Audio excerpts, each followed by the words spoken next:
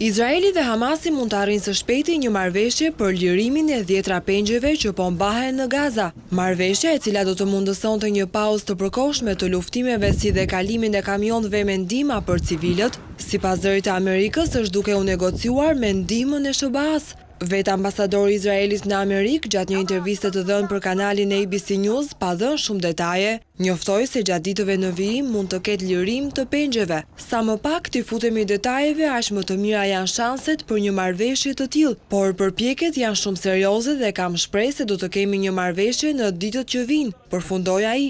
Hamasi ka marrë më shumë se 250 persona peng gjatë sulmit që bëri në 7 tetor në Izrael. Vetëm një numër i vogël i tyre janë liruar, ndërsa fati i të tjerëve ende nuk dihet. Sipas ushtrisë izraelite, ata po mbahen në tunelet nëntoksore të Hamasit në Gaza. Në javët pas 7 tetorit, nga sulmet ajrore izraelite dhe ofensiva toksore u vran mbi 12.000 palestinez, pjesa më e madhe të cilëve civil, sipas të dhënave të Ministrisë Palestineze të Shëndetësisë në bregun perëndimor.